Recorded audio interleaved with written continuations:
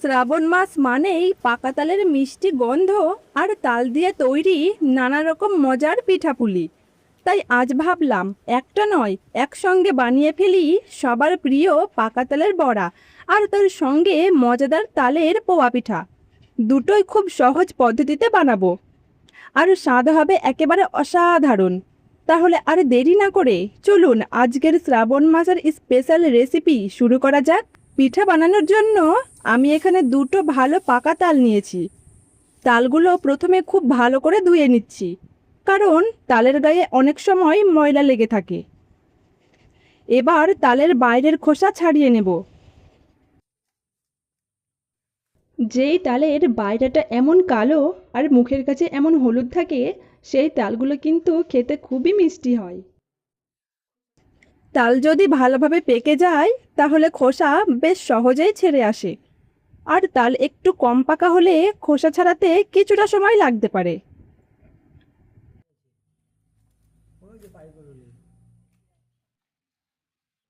তালগুলো পরিষ্কার করে নেওয়ার পর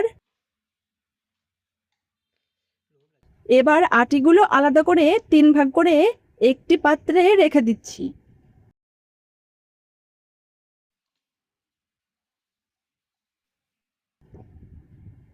এবার তালের পাল্প বের করার আগে অল্প পরিমাণ ঠান্ডা জল দিয়ে আটিগুলো ভালো করে চটকে নিচ্ছি।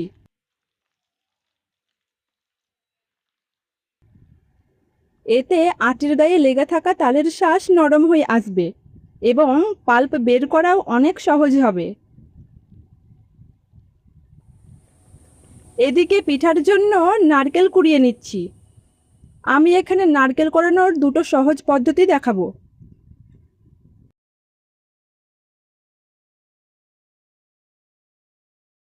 প্রথম পদ্ধতি, নারকেলের কালো অংশটা ছাড়িয়ে নিচ্ছি। তার জন্য একটি বটি নিয়ে সাবধানে নারকেলের কালো অংশটা কেটে পরিষ্কার করে নিচ্ছি। দেখতেই পাচ্ছেন নারকেলটা একদম পরিষ্কার হয়ে গেছে। এবার একটি গ্রেটার নিয়ে গ্রেটারের এই অংশে নারকেলটা কুড়িয়ে নিচ্ছি। এইভাবে কুড়িয়ে নিলে নারকেল বেশ মিহি হয়ে আসে।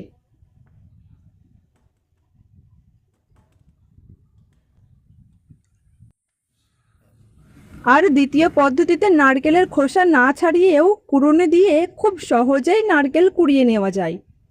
এই পদ্ধতিতে নারকেলটা একটু দানাদার থাকে। আমার কাছে অবশ্য প্রথম পদ্ধতিতে কোড়ানো নারকেলটাই বেশি ভালো লেগেছে। দুই পদ্ধতিতে কোড়ানো নারকেল আলাদা করে রেখে দিচ্ছি। এবার ফিরে আসছি তালের পাল্প বের করার কাজে। তালের আটিগুলো জল দিয়ে ভালোভাবে চটকে নেওয়া হয়েছে। এখন পাল্প বের করার জন্য আমি এখানে দুটো পদ্ধতি দেখাবো। প্রথম পদ্ধতিতে একটি গ্রেটার ব্যবহার করছি। যেমন গ্রেটারের সাহায্যে খুব সহজেই নারকেল কোড়ানো যায়, ঠিক তেমনভাবেই এর সাহায্যে কিন্তু তালের নরম শাঁস আলাদা করে নেওয়া যায়।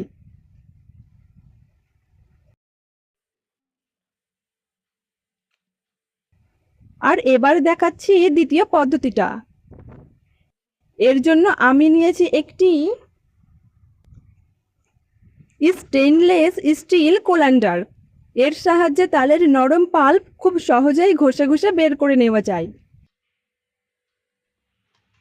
এবং আঁশ ও শক্ত অংশগুলো আলাদা হয়ে যায়। আমার কাছে অবশ্যই স্টেইনলেস স্টিল কোলান্ডারের পদ্ধতিটাই বেশি সহজ ও সুবিধাজনক লেগেছে। এইভাবে ছেঁকে নেওয়ার পর আমাদের তালের মসৃণ পাল্প একদম তৈরি। প্রথমে আমি তালের পোয়া পিঠা বানিয়ে নিচ্ছি। এর জন্য একটি মিক্সিং বোল নিয়ে তার মধ্যে দিয়ে দিচ্ছি 1 বাটি চালের গুঁড়ো, 1 বাটি ময়দা, সামান্য সুজি, স্বাদমতো লবণ, হাফ চা চামচ বেকিং সোডা এবং স্বাদমতো চিনি। চিনিটা আমি আগে থেকে কিন্তু পাউডার করে নিয়েছি। এবার সব শুকনো উপকরণ ভালো করে মিশিয়ে নিচ্ছি। এরপর এর মধ্যে দিয়ে দিচ্ছি তালের রস। তালের রসটা আমি হালকা জাল দিয়ে নিয়েছি। আর পোয়া পিঠা বানানোর জন্য কিন্তু তালের রসটাই ব্যবহার করতে হবে, তালের পাল্প দিলে কিন্তু হবে না। আমি এখানে তরল দুধ নিয়েছি। এবার অল্প অল্প করে দুধ দিয়ে একটি মসৃণ বেটার তৈরি করে নেব।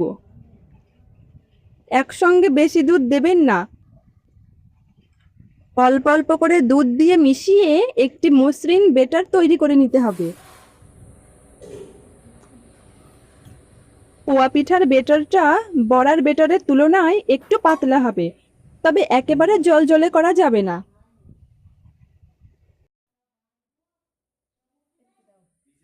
এবার এর মধ্যে দিয়ে দিচ্ছি কোরানো নারকেল। নারকেলটা ভালোভাবে মিশিয়ে নিলেই পোয়া পিঠার বেটার তৈরি।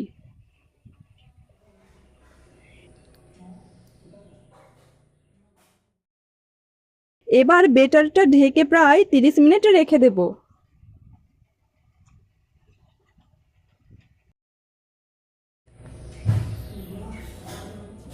এবার তালের বড়ার জন্য বেটার তৈরি করে নিচ্ছি।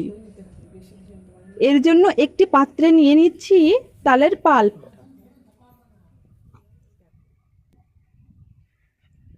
এখন এর মধ্যে অ্যাড করে দিচ্ছি ময়দা, 1 বাটি চালের গুঁড়ো, সুজি, স্বাদমতো লবণ, 1 চা চামচ বেকিং সোডা এবং স্বাদমতো চিনি।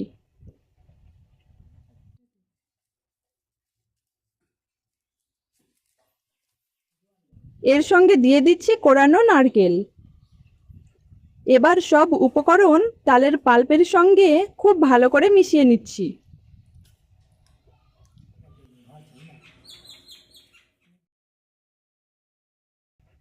প্রয়োজন মতো অল্প অল্প করে জল দিয়ে বেটার তৈরি করে নেব। বড়ার বেটারটা খুব বেশি পাতলা বা খুব বেশি শক্ত হবে না, এমন ঘন হবে যাতে হাতে বা চামচে দিয়ে সহজে তেলে ছাড়া যায়। সবশেষে দিয়ে দিচ্ছি সামান্য সাদা তিল। তিল দিলে বড়ার মধ্যে সুন্দর একটা গন্ধ আর স্বাদ আসে। তিলগুলো ভালোভাবে মিশিয়ে নিলেই আমাদের তালের বড়ার বেটারও একদম তৈরি।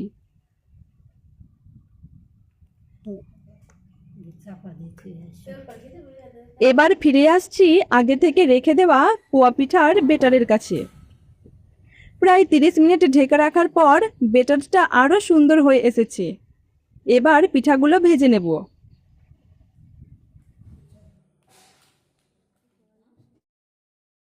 তার জন্য চুলায় একটি কড়াই বসিয়ে তেল গরম করে নিচ্ছি। তেল ভালোভাবে গরম হলে অল্প করে বেটার তেলে ছেড়ে দিচ্ছি। দেখতেই পাচ্ছেন পিঠা ধীরে ধীরে সুন্দরভাবে ফুলে উঠছে। এক পাশ সোনালি হয়ে এলে সাবধানে উল্টে দিচ্ছি, যাতে 2 পাশ সমানভাবে ভাজা হয়। আমি এখানে পিঠাগুলো মাঝারি সাইজের করছি, তোমরা চাইলে নিজেদের পছন্দ অনুযায়ী ছোট বা একটু বড় করেও বানাতে পারো। 2 পাশ সুন্দর সোনালি রং হয়ে গেলে তুলে নেব। একইভাবে বাকি পোয়া পিঠাগুলোও ভেজে নিচ্ছি।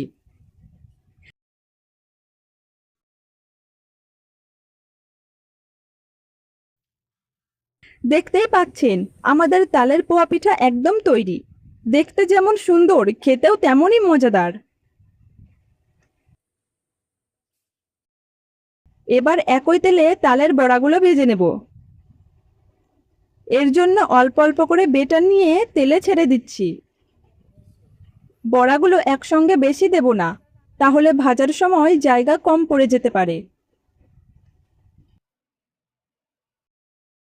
এক পাশ সুন্দরভাবে ভাজা হয়ে এলে উল্টে দিচ্ছি। 2 পাশ ভালোভাবে সোনালি রং হওয়া পর্যন্ত ভেজে নেব। দেখতেই পাচ্ছেন বড়াগুলো কত সুন্দর গোল গোল হয়ে উঠেছে।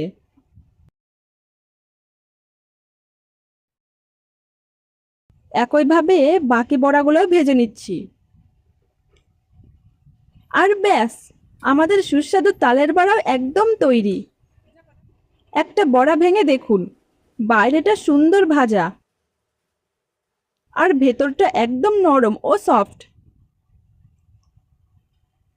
তো বন্ধুরা, দেখতেই পাচ্ছেন আজ একসঙ্গে তৈরি হয়ে গেল শ্রাবণ মাসের সবার প্রিয় পাকা তালের বড়া আর মজাদার তালের পোয়া পিঠা। দুটোই দেখতে যেমন সুন্দর হয়েছে, তেমনই স্বাদেও একেবারে অসাধারণ। আশা করি আজকের রেসিপিটা আপনাদের ভালো লেগেছে। ভালো লেগে থাকলে ভিডিওতে একটা লাইক করবেন। আর এমন আরও সহজ ও মজাদার রান্নার রেসিপি পেতে আমাদের চ্যানেলটি সাবস্ক্রাইব করে পাশে থাকবেন। সবাই ভালো থাকবেন, সুস্থ থাকবেন। আবার দেখা হবে নতুন একটি সুন্দর রেসিপি নিয়ে। নমস্কার।